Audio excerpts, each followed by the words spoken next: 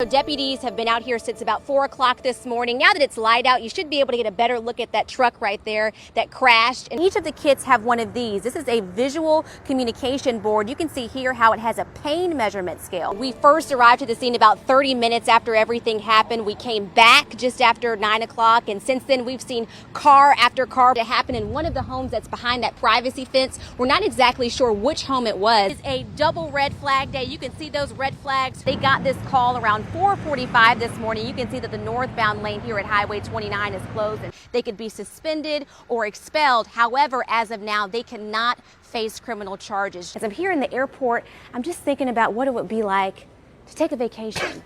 You know, don't you see it? Me on the beach, relaxing. Good morning. Thanks for joining us. I'm Kelsey Coffey, filling in for Brent Carney. Heavy wind and rain there. And just to put all this into perspective, an extreme wind warning was issued in that area, which means surface winds were at 115 miles per hour or more. Registration is starting for a free swim and dive program for elementary school students. That kind of sounds like fun, right? Now, though Northwest Florida wasn't directly impacted by Hurricane Ian, people statewide could be feeling its effect through higher insurance bills. Some locals question whether Lee County officials acted with enough urgency to give people time to get out. The Escambia County Sheriff's Office also has boats in the water right now. No other details are being released. A well-known Pensacola Beach restaurant is celebrating a grand reopening this weekend. Redfish Bluefish is fully operational after being closed for a 6-month renovation and expansion project. We had a little shower before the Grand Fiesta Parade. Are we going to see any more of that? As they say, you can never touch a classic, but this sequel is impressing moviegoers across the country.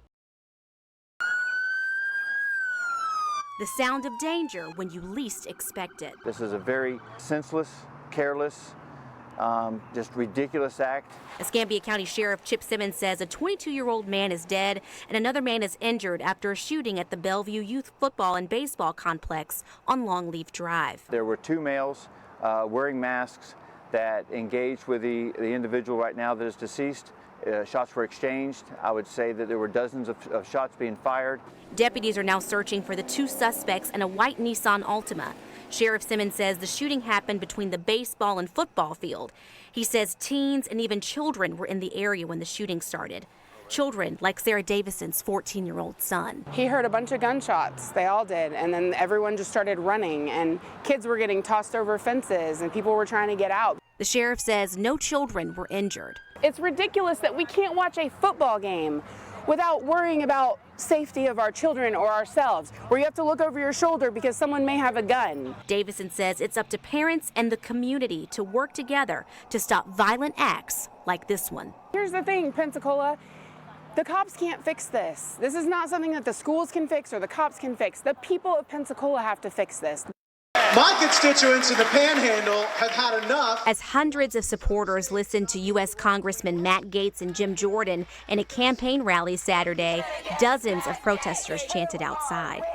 Women against Matt Gaetz! The group Women Against Matt Gaetz led the charge. Matt Gaetz really has done his time and needs to go. The group says they're speaking up after Gaetz' recent comments about women who protested the overturn of Roe v. Wade.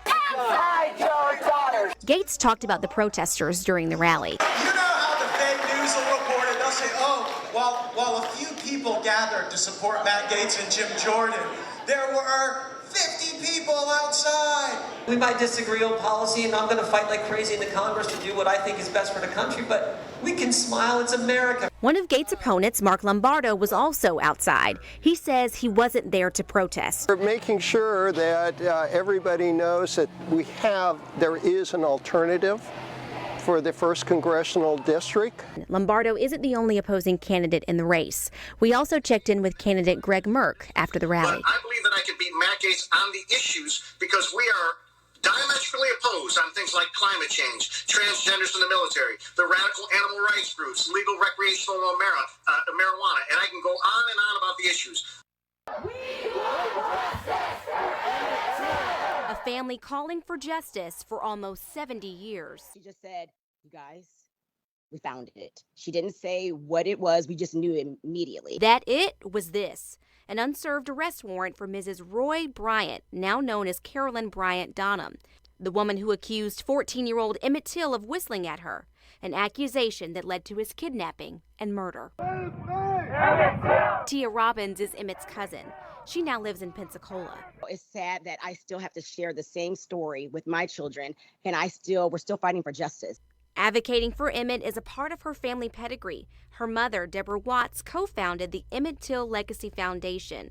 Watts was there the moment the warrant was found in a Mississippi courthouse basement. We lost our breath, we fell to our knees, we screamed. The family is now calling for law enforcement to serve the 67-year-old warrant, all with the spirit of Emmett's mother, Mamie Till Mobley, in mind. Mamie had no hate in her heart, and we don't carry that as well. So we don't want people to think when we're pushing forward towards justice that we're doing anything outside of what she would want us to do. In an effort to create equality for all.